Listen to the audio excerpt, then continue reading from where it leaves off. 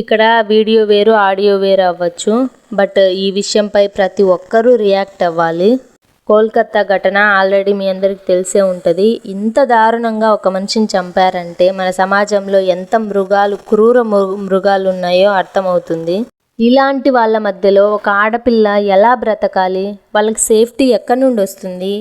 Government ఇన్ని days అయినా ఇంత రెస్పాండ్ అవ్వకపోతే అసలు ఏంటి రేపు ఫ్యూచర్లో పరిస్థితి? ఆడపిల్లల్ని కన్నవాళ్ళు ఉన్న ఆడపిల్లలు అసలు ఏమవుతారు? వీళ్ళంతా చంపేయాలి అంటున్నారు కదా, అది అతనే చెప్తున్నాడు కదా నన్ను చంపేయండి అని.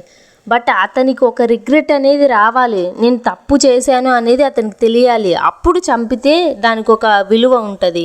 ముందు చంపినా వేస్టే. అసలు ఇట్లాంటి వాళ్ళు ఇంకెంతమందో వస్తారు. రేపు ఫ్యూచర్లో ఇంకెవ్వరు ఈ పని చెయ్యకుండా చెయ్యాలి.